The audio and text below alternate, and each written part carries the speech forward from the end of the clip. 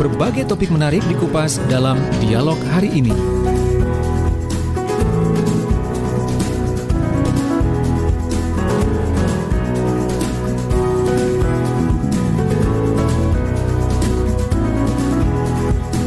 Assalamualaikum warahmatullahi wabarakatuh. Selamat sore sahabat pendengar dan pemirsa di mana saja Anda berada, khususnya baik itu di Sidoarjo yang memantau LPPL Radio Suara Sidoarjo, kemudian ada di Bondowoso yang memantau Radio Mahardika, ada di Tulungagung yang memantau Radio Guyub Rukun RGR, yang ada di Nganjuk yang memantau Radio Suara Anjuk Ladang Ersal FM, dan yang ada di Trenggalek yang memantau Radio Praja Angkasa Trenggalek. Kita bersua kembali dalam program Ruang Psikologi untuk edisi hari ini, hari Sabtu tanggal 26 Juni 2021 dengan tema keseimbangan kinerja tekstual dan kinerja kontekstual. Nah, ini istilahnya pernah kita baca tapi nggak tahu artinya. Nah, untuk tahu lebih lengkap dan lebih jelasnya, saya sudah tersambung via Zoom dengan Al-Ustadz Dr. Bagus Aniputra, psikolog dan juga konsultan SDN. Assalamualaikum. Waalaikumsalam warahmatullahi wabarakatuh. Masya Allah, luar biasa. Semakin kesini kok saya melihat auranya itu terpancar gimana begitu ya. Alhamdulillah. Sehat ya Manji? Alhamdulillah sehat. Dan tentunya di tengah pandemi ini sehat itu merupakan hal yang wajib dan mahal gitu ya harganya. Betul, ya. betul. Precious. Yang ditanya pertama kali pasti kabarnya sehat kan gitu ya. Betul. Tidak pernah ditanya utangnya berapa kan. Kalau saya jadi ingat kalau ketemuan reuni itu yang ditanya, kamu sudah punya kekayaan apa? Enggak, jarang. Biasanya anakmu udah berapa gitu kan. Iya. Terus sekarang aktivitasnya apa biasanya itu gitu. Iya. Baik, Cak Bagus, menarik keseimbangan kinerja tekstual dan kinerja kontekstual. Ini saya sempat tanya ke produser, ini nggak keliru nulisnya kok kinerja tekstual, bukannya tekstual.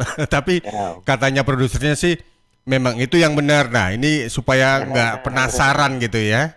Karena kan saya ini orangnya Kemal, kata Kanza, kepo maksimal. Monggo dijelaskan ini Cak Bagus. Iya, sebelum saya ke situ ada suatu cerita ini. Ada seorang yang namanya Ahmad, nama samaran bukan nama sebenarnya, sekian belas tahun umurnya. Dia merupakan pekerja kontrak di suatu perusahaan. Nah, Ahmad ini dia punya 5 orang anak. Karena kebutuhan yang begitu mendesak, kemudian dia akhirnya mengerjakan tugas itu sampai larut malam. Istilah Jawanya itu getu bekerja di kantor terus, siang, malam, kepala jadi kaki, kaki jadi kepala, pokoknya dia kerja banting tulang, kerja keras. Nah, dia menjalankan apa tugasnya? Selain mungkin dia kerja administrasi, dia kemudian menjalankan tugas administrasi terus. Terus seperti itu sehingga kemudian dia mencoba untuk memenuhi kebutuhan keluarganya. Dengan cara menjalankan tugasnya dengan penuh tanggung jawab. Dia anggap bekerja penuh dengan tanggung jawab. Tetapi lama-kelamaan ini si Ahmad ini banyak digibah atau banyak dirasani atau banyak digunjing oleh teman-temannya. Ini Ahmad kerja mengerjakan tugasnya terus kok jarang berkomunikasi, jarang sosialisasi, jarang menyapa temannya. Begitu datang langsung naruh tas, buka laptop, buka komputer, kemudian dia mengerjakan sampai selesai pekerjaannya, sampai selesai jam kerjanya, mungkin tambah lagi dengan lemburnya, itu terus tanpa dia bersosialisasi dengan teman-temannya. Ketika diajak ngobrol pun hanya sepatah dua patah kata dia lontarkan. Katakanlah mau diajak makan sama temannya, ayo makan dulu. Sudah, dia cuma bilang gitu, sepatah dua patah kata. Akhirnya lama-kelamaan si Ahmad ini dengan menjalankan tugasnya yang dia anggap dia adalah memenuhi tugas yang betul-betul job desk-nya, tetapi justru yang dilihat oleh atasannya langsung itu adalah dia mengerjakan tugas tapi tidak selesai. Karena ternyata tugas-tugas Ahmad itu dan mungkin juga tugas-tugas kita secara umum itu selain tugas secara administratif kita mengerjakan tugas job desk kita sendiri, ada tugas-tugas yang sifatnya fungsinya koordinatif atau berkoordinasi dengan orang lain. Nah, ini Ahmad ini pasif ketika berkoordinasi dengan orang lain. Dia hanya getu atau hanya fokus mengerjakan tugas-tugasnya sendiri tanpa melakukan fungsi koordinasi dengan orang lain. Padahal sebagai staf suatu divisi, dia harus melakukan fungsi koordinasi dengan divisi yang lain atau internal divisi itu sendiri. Nah, sebenarnya kemudian Ahmad ini merasa sudah melakukan job desk-nya. Tetapi karena akhirnya dia tidak berfungsi untuk tugas koordinatif, tidak banyak melakukan koordinasi dengan teman-temannya, maka tugas-tugasnya banyak terhambat. Dan akhirnya performan atau kinerja Ahmad ini menjadi menurun. Begitu menurun, maka karena dia pakai kontrak, akhirnya kontraknya pun diakhiri oleh manajemen. Nah, inilah salah satu contoh bahwa apa yang dilakukan Ahmad itu adalah kinerja takstual saja. Jadi bukan tekstual, tapi takstual. Jadi tas itu tugas. Kinerja yang dia hanya menjalankan job desk-nya saja. Tetapi sebenarnya ada kinerja kontekstual. Kinerja kontekstual itu adalah dia mampu melakukan fungsi koordinasi dengan atasannya, dengan rekan kerjanya, ataupun dengan stakeholder yang lain. Nah, ini yang tidak dimiliki oleh Ahmad.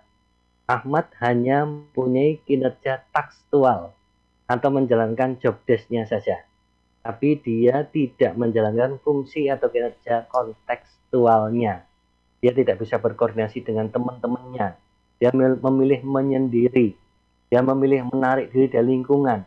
Padahal tugas dia adalah salah satunya adalah koordinasi dengan divisi yang lain maupun rekan kerjanya dan juga dengan atasannya.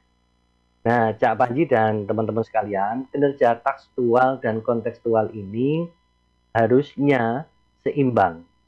Kita mungkin saat ini mencoba merasakan bahwa bagaimana mengerjakan kinerja tekstual, hanya menjalankan job desk saja.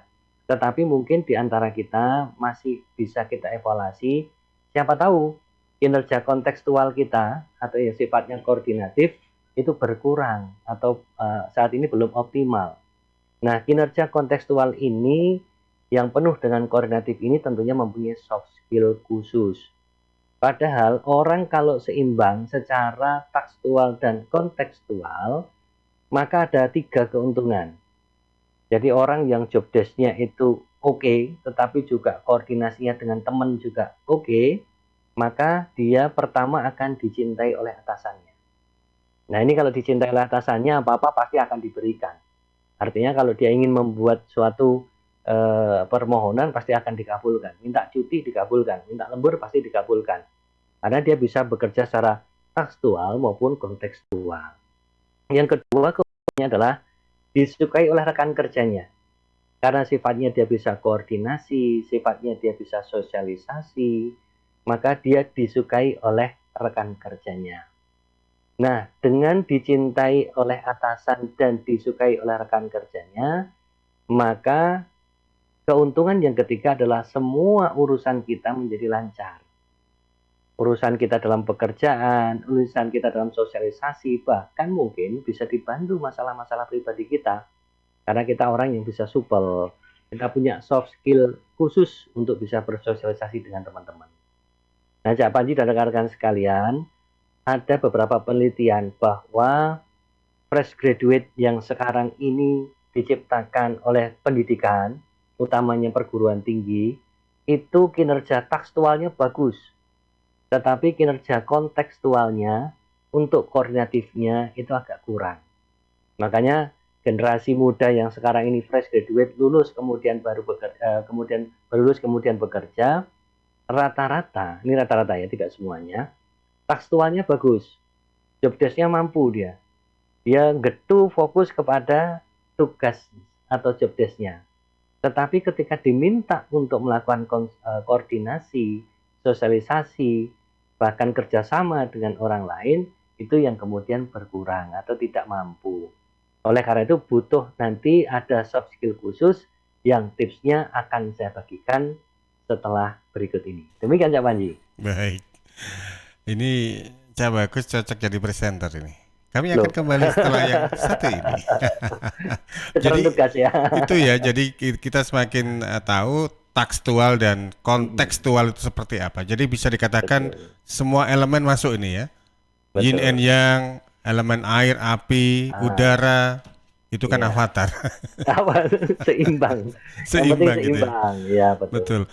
Bukankah kalau kita bekerja sesuai SOP begitu ya, itu kan bagus sebenarnya. Karena kita itu nggak istilahnya tuh keluar dari rel dan juga memang eh, regulasi atau aturan yang dibuat perusahaan itu kan memang dalam arti kata untuk supaya dipatuhi oleh employee atau karyawan gitu ya bagus.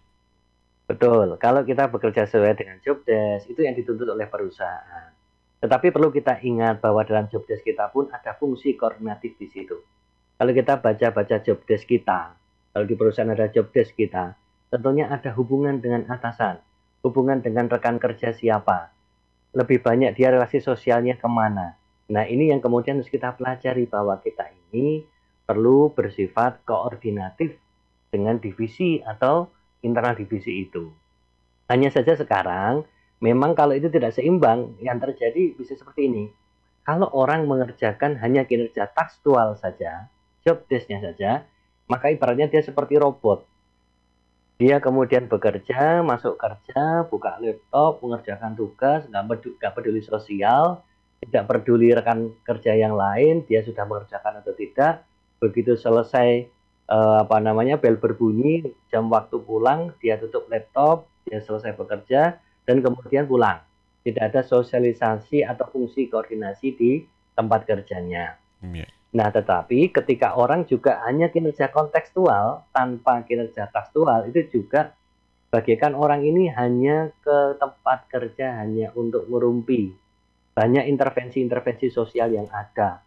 Nah, ini bukan menyalahkan, tetapi kebanyakan, mohon maaf ini, kaum wanita, ibu-ibu terutama, itu kinerja kontekstualnya itu lebih banyak.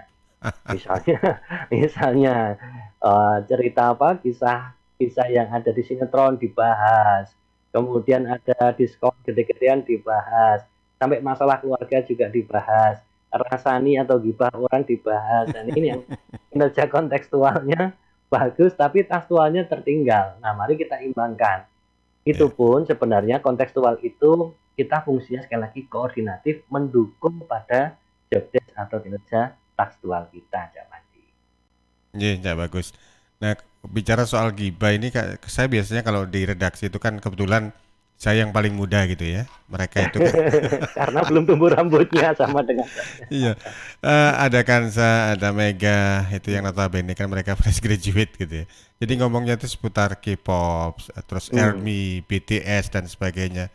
Jadi ngomongnya seputar itu. Kemudian drakor kadang-kadang juga gitu ya. Tapi gibahnya kan kok bahas opa-opa Korea katanya. Enggak mau bahas kejelekan orang, nanti dosa katanya.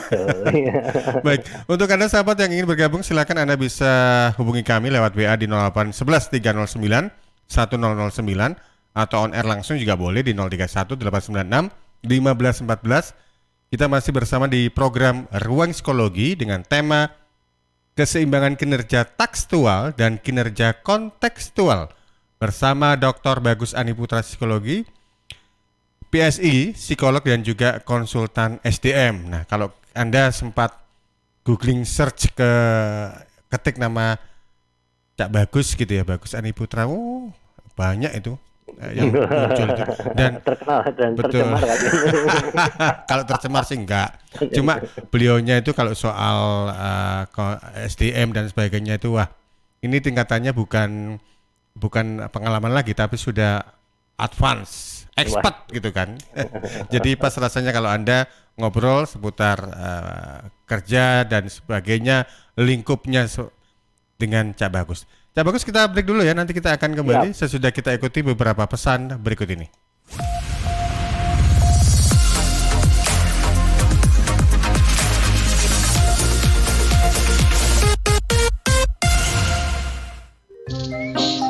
Lihat nih Jeng, Cheers punya kemasan baru 230 ml.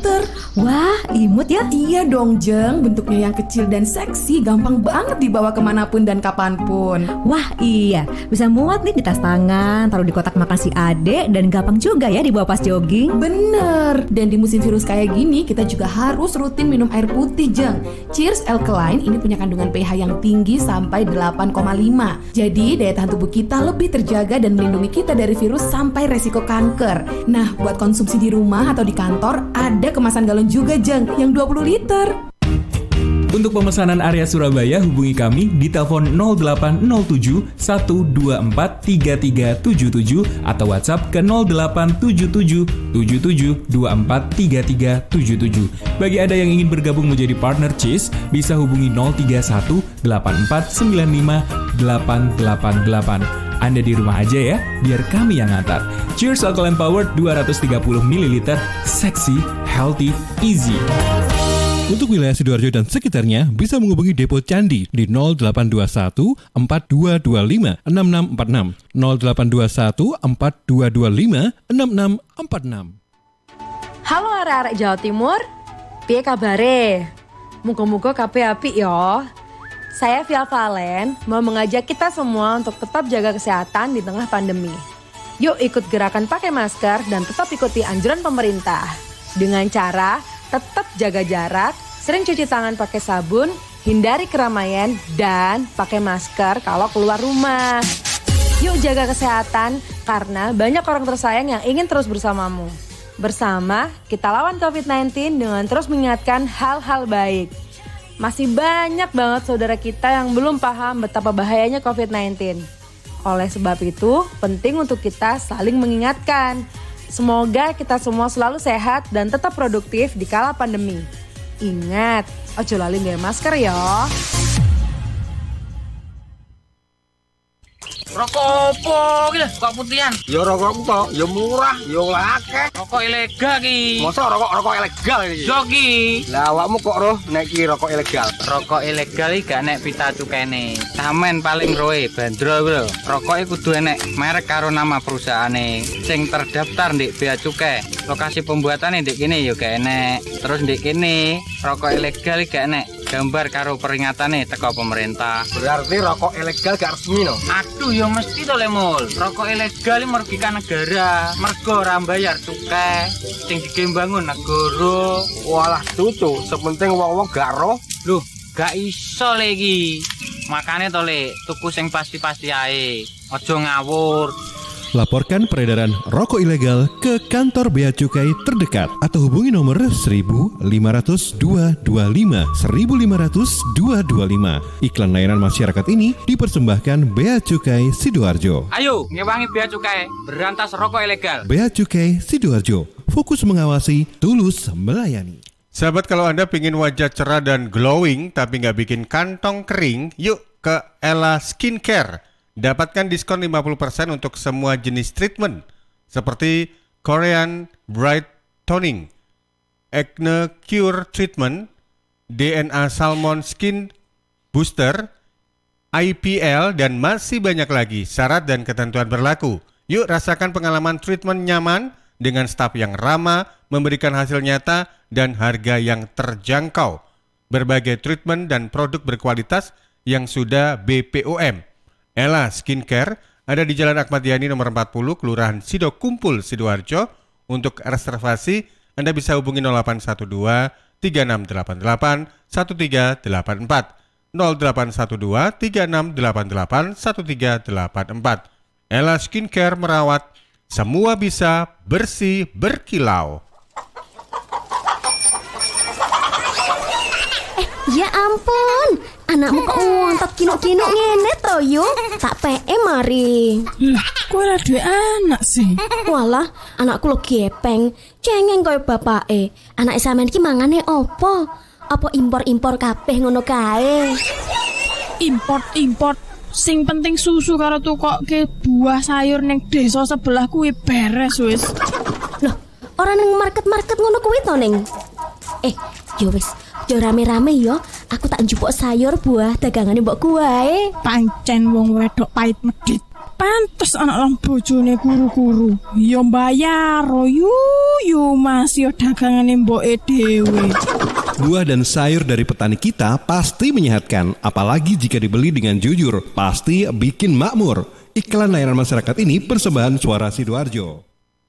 Baik, sebelum ngobrol kembali dengan Cak Bagus, ada dua info panggilan sidang tepatnya dari Pengadilan Agama Kabupaten Sidoarjo. Yang pertama atas nama Reski Hidayat bin Dasri Reski Hidayat bin Dasri. Dulu tinggal di Dusun Umbut Legi, RT 8 RW 2 Desa Kemuning, Kecamatan Tarik, Sidoarjo. Sekarang tidak diketahui dengan jelas tempat tinggalnya. Kepada saudara Reski Hidayat bin Dasri, dimohon hadir di persidangan Pengadilan Agama Kabupaten Sidoarjo, Jalan Hasanuddin nomor 90 Sidoarjo pada hari Senin lusa, tanggal 28 Juni 2021 jam 9 pagi. Panggilan sidang ini dari Pengadilan Agama Kabupaten Sidoarjo. Berikutnya, panggilan sidang atas nama Sarif bin Telas. Sarif bin Telas, dulu tinggal di Kalijaten 1B, RT 9 RW 2, Desa Kelurahan Kalijaten, Kecamatan Taman, Sidoarjo. Sekarang tidak diketahui dengan jelas tempat tinggalnya. Kepada saudara Sarif bin Telas, dimohon hadir di persidangan Pengadilan Agama Sidoarjo, Jalan Hasanuddin nomor 90 Sidoarjo pada lusa, tepatnya hari Senin, tanggal 28 Juni 2021 jam 9 pagi. Panggilan sidang ini dari Pengadilan Agama Kabupaten Sidoarjo.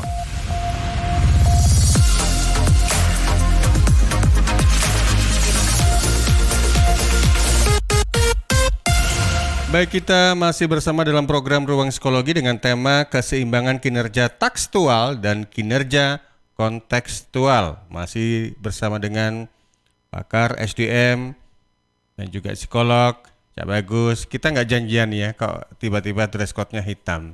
Iya. Ini mudah-mudahan hitam itu kan selalu diidentikan misteri dan unhappy, tapi mudah-mudahan kita selalu happy gitu ya. Selalu happy, insya-Allah. Amin. Mudah-mudahan. Saya geser ke redaksi ini, Cak Bagus. Kelihatannya sudah ada beberapa pertanyaan ini yang sudah ngendon di WA redaksi. Kanza? Ya, ini dia masuk dari WhatsApp dari Ibu Rumi di Bondowoso. Kan baru-baru ini aja kan anak-anak dikenalkan pembelajaran kontekstual, Pak. Nah, bagi anak-anak yang dulunya terbiasa tekstual pasti akan kaget. Nah, mungkin ada teknis untuk yang tepat untuk membiasakan kontekstual ini. Kemudian dari Mas Nando di Semambung, saya kan kerja di kantor yang orangnya tertutup, Pak. Nah, agar bisa menerapkan kinerja kontekstual itu bagaimana? Kemudian dari Bu Sinta di Bluru Kidul, jadi menyekolahkan anak di sekolah alam itu lebih bagus ya Pak, karena sekolah alam menerapkan kinerja kontekstual. Baik, itu 3 pertanyaan, ada Rumi di Bondowoso, Nando di Semambung, dan Sinta di Bluru Kidul.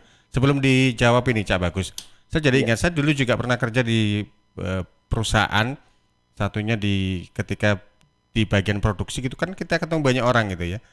Kemudian di sisi lain pernah juga di perusahaan di back office, jadi kita itu ruangannya disekat-sekat ini.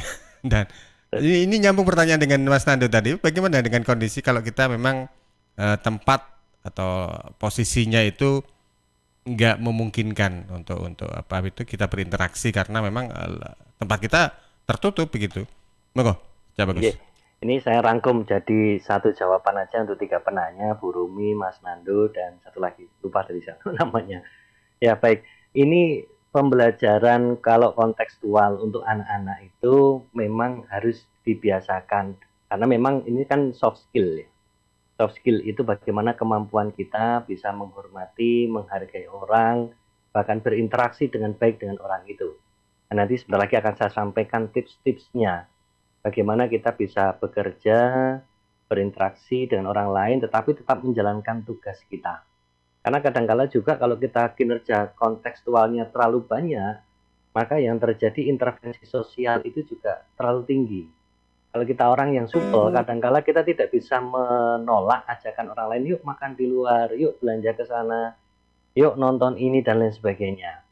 Nah, ini cocok sekali kalau kita lihat dari sisi ergonominya. Memang dari sisi tempat kerja secara ergonomis orang itu dibuat untuk bisa fokus dalam kubikel-kubikel mereka. Jadi ada suatu kubikel gitu ya, ada suatu kotak atau suatu tempat yang digunakan mereka berinteraksi. Kalau Japanese style seperti di kantor-kantor yang ada kubikel seperti itu, selama kita masih bisa melihat orang lain dan melihat pekerjaan orang lain dalam arti tidak kepo gitu ya, maka itu sebenarnya masih kita bisa melakukan kinerja kontekstual kita. Artinya di situ kita masih fungsinya masih bersifat koordinatif. Nah, yang ingin saya tekankan adalah kinerja kontekstual itu merupakan fungsi koordinasi. Jadi kita bersosialisasi dengan orang lain itu untuk melancarkan kinerja tekstual job desk kita. Nah, tentunya kita pasti punya job desk yang di situ ada alur kerjanya, ada hubungan kerjanya atau relasi kerja kita. Nah, disitulah kemudian kita mempelajari adanya kinerja kontekstual. Kinerja kontekstual itu bisa ditumbuhkan dengan cara yang pertama, kita itu butuh orang lain. Kita tidak bisa berdiri sendiri. Saya yakin suatu profesi apapun itu membutuhkan orang lain. Contoh misalnya, orang cukur rambut, orang tukang potong rambut itu pasti membutuhkan orang lain untuk memotong rambutnya sendiri. Dokter bedah tidak akan mungkin membedah dirinya sendiri. Dia pasti butuh bantuan dokter yang lain. Dan seterusnya. Dalam kehidupan kita ini tidak akan bisa lepas kaitannya dengan orang lain. Maka dalam kehidupan kerja kita itu juga butuh orang lain. Misalnya, untuk melaksanakan tugas kita sebagai seorang administrasi misalnya. Itu pasti butuh orang lain. Misalnya kita minta bantuan dari IT untuk mengisi tinta printer kita. Itu pun butuh fungsi koordinasi dengan orang lain untuk melancarkan job desk kita. Selain membutuhkan orang lain, maka kita harus punya kesadaran bahwa orang lain itu orang lain itu mempunyai resources atau mempunyai sumber daya yang tidak kita miliki. Contoh misalnya tadi kita mau ngisi tinta printer, kita nggak punya kemampuan untuk ngisi tinta printer sendiri karena mungkin lebih kompleks atau lebih complicated gitu ya untuk printernya. Maka butuh teman IT kita untuk kita mintain tolong. Nah, meminta tolong pun itu nanti ada skillnya sendiri agar kita bisa melakukan kinerja kontekstual kita yang mendukung kepada kinerja tekstual kita.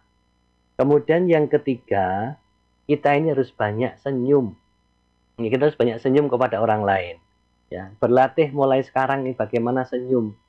Karena ketertarikan orang terhadap kita ini ketika kita banyak senyum. Orang yang banyak senyum itu akan lebih mudah menarik hati orang lain. Meskipun di kantor kita pakai masker, itu ketika orang tersenyum itu kelihatan. Dari tarikan-tarikan atau guratan-guratan di pipi ke atas, itu menandakan bahwa orang ini sedang senyum. Aura orang tersenyum itu akan berbeda, akan nampak meskipun pakai masker. Kemudian yang keempat, lembut dalam tutur kata. Lembut dalam tutur kata itu kita biasanya menggunakan passwordnya tomat. Tomat itu 3 kata sakti ini yang perlu diucapkan. Tomat, tolong, maaf, terima kasih. Jadi kalau misalnya kita mau meminta bantuan orang lain, biasanya kita bisa minta tolong isikan tinta ini atau mohon bantuan isikan tinta ini. Tolong mas disapu ruangan saya. Tolong mas ini diantarkan. Tolong mas ini difotokopikan. Ini artinya tolong itu sudah merupakan kata kunci sendiri, password sendiri sehingga kita bisa masuk kepada orang lain. Kemudian meskipun kita tidak salah, kadangkala kita perlu banyak memperbanyak kata maaf. Maaf ya mas, ini tintanya habis. Bisakah minta tolong untuk diisikan? Nah, itu kata sakti yang kedua. Kata sakti yang ketiga itu ketika sudah sudah berinteraksi dan sudah mendapatkan benefit dalam tanda petik dari orang lain. Ya. Jadi terima kasih itu bisa diucapkan. Terima kasih ya mas yang sudah membuatkan saya kopi. Makasih mas sudah memfotokopikan ini. Terima kasih sudah mengisikan tinta. Terima kasih dan lain sebagainya. Jadi tomat ini tolong, maaf, terima kasih. Ini yang perlu kita royalkan kepada orang lain. Kita buat ini habit kita untuk selalu mengucapkan tomat ini. Karena seringkali kalau kita meminta tanpa ada tomat ini, orang akan antipati ketika kita minta bantuan lagi. Tentunya dengan senyum tadi itu alhamdulillah suatu bonus untuk orang itu sehingga mau berinteraksi dengan kita lagi. Dan yang terakhir, jangan segan, jangan sungkan untuk mau membantu orang lain. Namun dengan catatan, orang lain kita bantu ini setelah job desk kita kerjakan terlebih dahulu.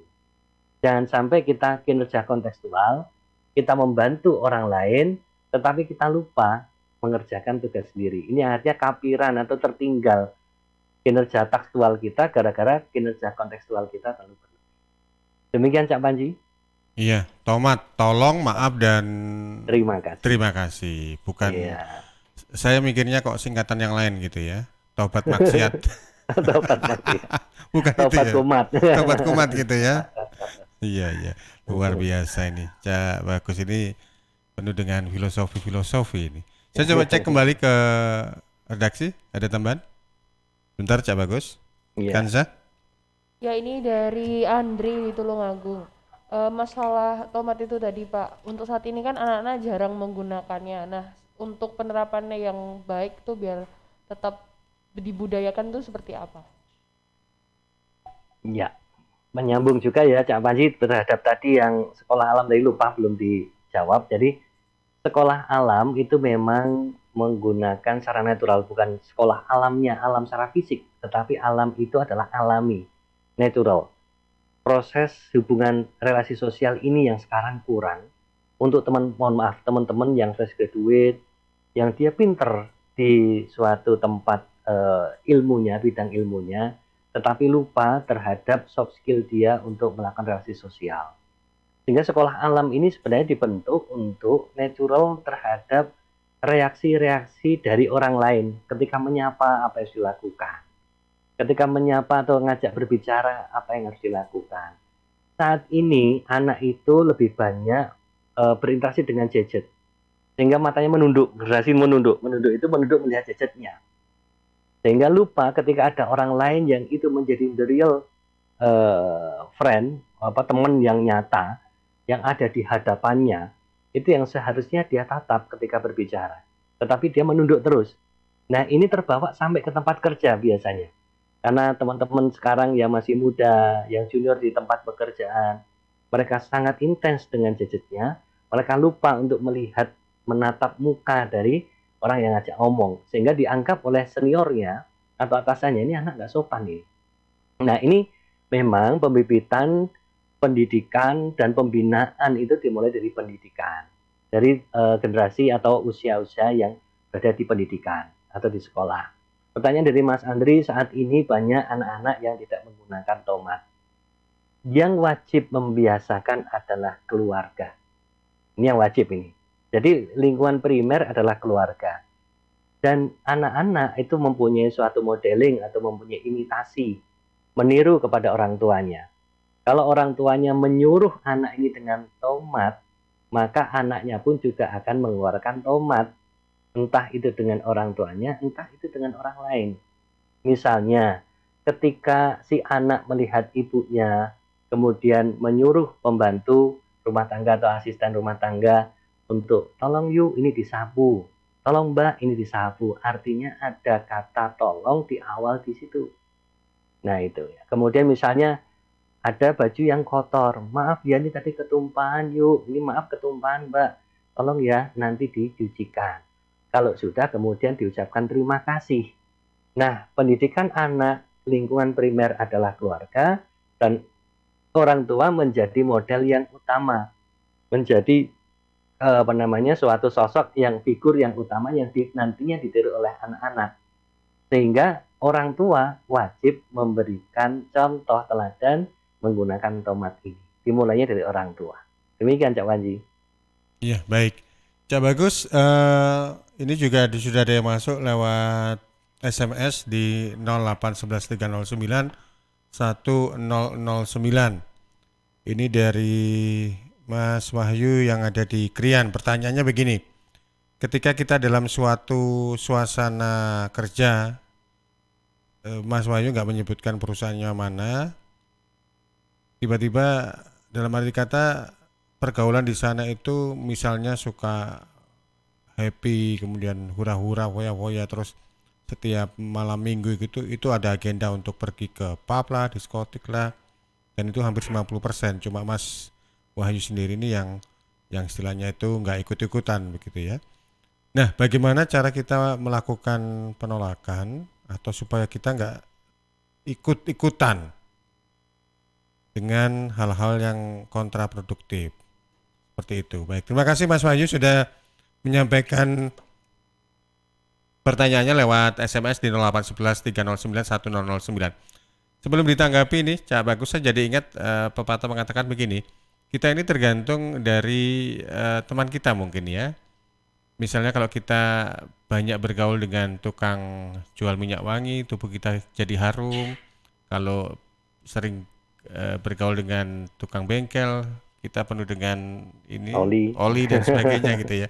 Apakah meskipun sosok yang apa ya bisa dikatakan punya prinsip kuat, tapi karena begitu lingkungannya itu begitu seperti itu yang kontradiktif dengan prinsipnya dia nanti akhirnya ikut arus nggak kira-kira?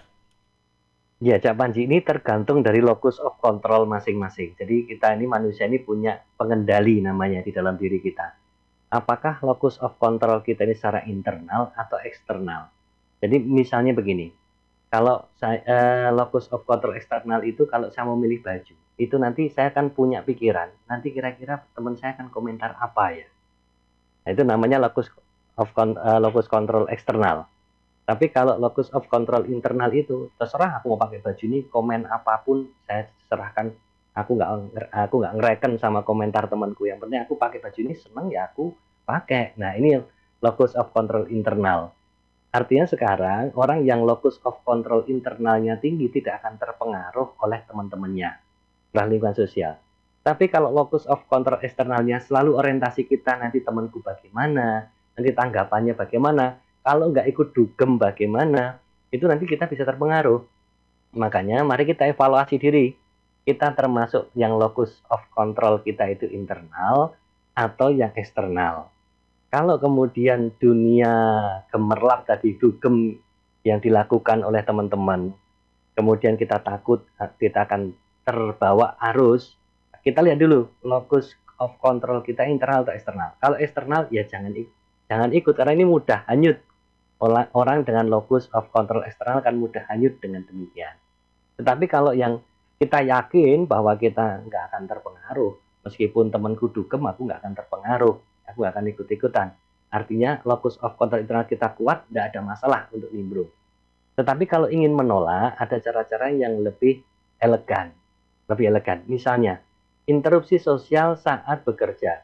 Ada kan yang kemudian diajak ngobrol, ngalor ngidul, keluar dari konteks pekerjaan. Maka apa yang kita lakukan? Apalagi ini atasan nih yang ngajak ngobrol nih, kan sangat sungkan kita kalau nggak nanggapi. Maka yang kita lakukan adalah ketika dia berdiri, maka kita ikut berdiri untuk merespon pembicaraan itu. Jadi kalau orang sama-sama duduk, itu nanti akan lama pembicaraannya, interupsi sosialnya akan lama.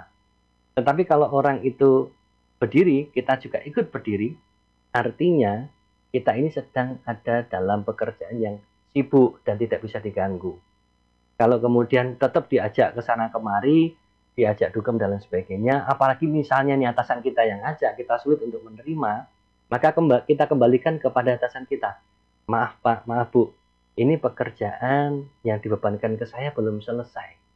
Kira-kira saya ikut Ibu atau Bapak, ataukah saya mengerjakan tugas? Nah, ini dikembalikan lagi kepada beliau-beliau sebagai atasan kita. Tentunya ini suatu penolakan yang halus. Nah, kemudian kalau ini teman kita, kolega kita, rekan sekerja kita yang mengajak, kalau kita sudah punya prinsip nih, ini harus kita beritahukan kepada teman-teman. Coy, aku ini kalau misalnya ada hubungan pekerjaan, ketemu klien di tempat-tempat hiburan, tidak ada masalah, karena kita sama-sama sales misalnya. Tetapi kalau kemudian ini dugem tidak ada kaitan dengan pekerjaan, sorry, aku harus banyak ini melakukan satu tugas. Jadi maaf, bukannya aku nolak, tapi banyak tugas yang belum selesai. Jadi sekali lagi kita berkilahnya melakukan justifikasi menggunakan tugas-tugas atau pekerjaan. Kaitkan semuanya dengan pekerjaan. Namun demikian, tidak menutup kemungkinan kalau di dalam kantor kita juga mengajak atau merespon mereka untuk bercanda. Orang dalam kubikel dalam jangka waktu 3 jam tanpa berinteraksi dengan orang lain, itu tekanannya semakin tinggi dan itu akan stres. Dan ketika stres, mohon maaf, saraf-saraf kita tegang. Kalau saraf kita tegang, banyak kondisi-kondisi fisik yang kemudian menyebabkan terganggu. Orang bisa kena stroke, orang bisa kena jantung, orang bisa kena penyakit psikologis yang namanya schizofren atau sakit jiwa karena tegangan-tegangan stres itu. Kalau kemudian kita keluar sebentar, 15 menit, ngombyongi lah katakanlah, atau ngendangi orang yang yang ada di sekitar kita, tanya apa kabar, gimana rumahmu, bagaimana keluargamu, bagaimana anakmu, tanya bagaimana hobinya dan sebagainya, hanya sekedar untuk sosialisasi, itu tidak ada masalah. Justru itu nanti akan meringankan kita, melancarkan urusan kita ketika kita berkaitan dengan urusan-urusan pekerjaan yang lain. Demikian Cak Panji. Baik, Cak Bagus. Cak Bagus, untuk tips mengenai tema kita yang diangkat pagi, kok pagi? Itu bawaannya semangat pagi gitu ya. Semangat pagi. Kalau ikut seminar itu mesti gitu ya. Semangat pagi luar biasa. Itu kan tujuannya untuk memicu kita supaya awal-awal tuh nggak ngantuk gitu ya. Kalau pertengahan sampai akhir ngantuk ya Allahu alam gitu. Baik Cak Bagus, terkait dengan tekstual dan kontekstual ini tips yang bisa Anda berikan, monggo. Ya, kita harus menyeimbangkan antara kinerja tekstual dengan kinerja kontekstual. Artinya kita boleh fokus terhadap job desk kita, tetapi harus menyeimbangkan dengan fungsi koordinasi dan sosialisasi berkaitan dengan job desk kita itu atau kinerja kontekstual. Nah tentunya saya tidak ingin, saya mengharapkan agar teman-teman ini bisa tidak menjadi robot di tempat pekerjaannya. Jadilah orang yang kemudian bisa bersosialisasi, berkoordinasi untuk kepentingan job desk kita. Kita butuh orang lain. Kita harus tanamkan dalam diri kita bahwa kita membutuhkan orang lain. Karena orang lain itu punya sumber daya yang tidak kita miliki. Dia punya skill, punya keahlian yang kita butuhkan untuk menjalankan job desk kita. Dan kita harus banyak senyum, lembut dalam tutur kata. Tadi yang saya sebutkan, kita menggunakan tomat tadi, tolong, maaf, terima kasih.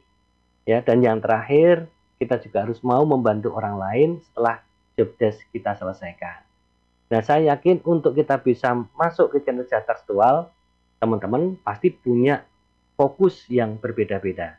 Ada yang fokus kemudian terhadap dunia administrasi, terhadap data, terhadap orang, terhadap aturan, terhadap alat. Nah, ini masing-masing saya yakin mereka teman-teman sudah fokus terhadap itu.